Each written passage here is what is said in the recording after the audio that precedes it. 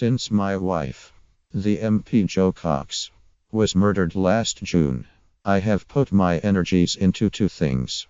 First, and by far the most important, giving our kids all the love and comfort possible.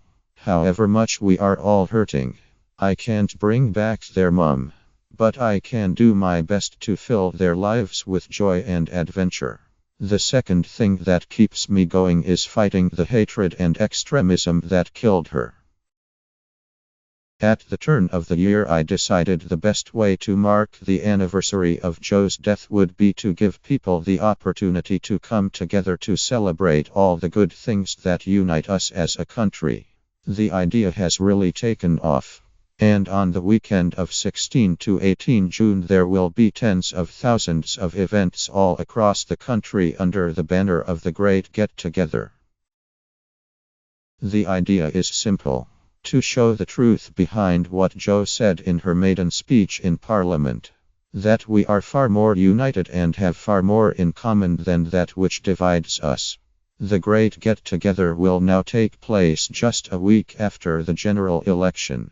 But I'm convinced that after polling day a collective moment of coming together will be more relevant than ever.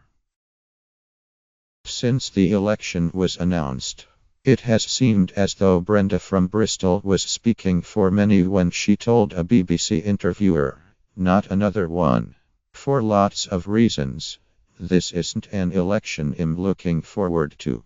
We've got a proud tradition in this country of airing our opinions and having our disagreements while at the same time respecting those whose views we do not share. What worries me is that respect for our opponents has become a disposable quality, too easily jettisoned when passions rise. But elections don't have to widen divisions in society, and I desperately hope that this one won't. Long before political extremism devastated my own family, I'd spent time trying to understand the rise of extremism and hatred across Europe. We can be thankful that here in the UK, in this election at least, extremists appear to pose less of a threat than elsewhere. But we cannot afford to lower our guard. We have to take extremism more seriously. We are still far too complacent about the scale of the threat. One does not need to look for long at the rise of the far right in politics, soaring hate crimes, and political violence to see that something fundamental is happening across the world. Everybody is watching the French presidential election closely.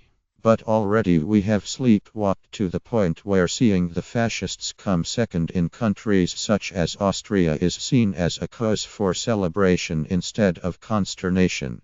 We have allowed ourselves to believe that our values and the institutions that support them are in some way sacrosanct, when in fact they are only as strong as the public's support for them.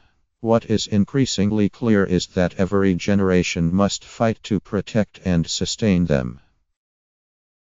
Too often liberals see everyone who doesn't agree with them as idiotic or bigoted, when the vast majority are neither. There are many people who have understandable concerns about the pace of change in society, and about the impact of immigration, but who are also decent people who believe in inclusion. Calling them racist or stupid pushes these people into the hands of the extremists. So I hope that, while we must have a robust debate over the next few weeks, we also use the campaign as an opportunity to reach out to people whom we might disagree with and, of course, to drive those peddling hate out to the margins where they belong. Where does that leave the Great Get Together? I'm sure that after polling day people will be aching for something positive and fun that is all about bringing communities together. There will be some minus like Brenda from Bristol minus who wish the whole election would just go away. Others will find the inevitable bitterness and divisiveness of the campaign a massive turn-off.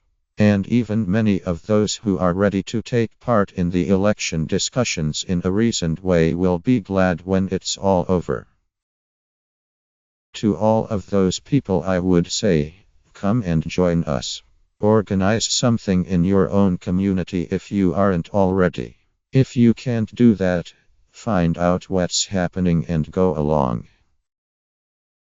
Jo loved a party, and I hope this will be a national moment of joy.